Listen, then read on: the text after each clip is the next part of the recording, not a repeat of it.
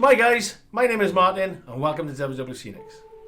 Right, okay, so straight into it then, and I'm going to show you how to do seafoam trees. So we're going to do a basic seafoam tree just by cutting this down and just shaping it a little bit and adding a bit of foliage, and then we're going to go and use one of these two then to make a proper tree with a nice trunk and then branches coming off that.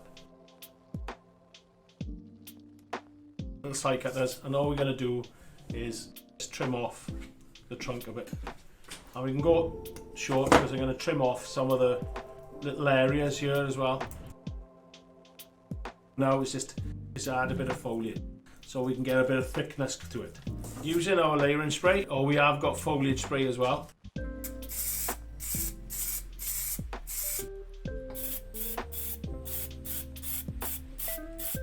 Top down, because you want the top of the tree, the top of the foliage to have the spray, not that way.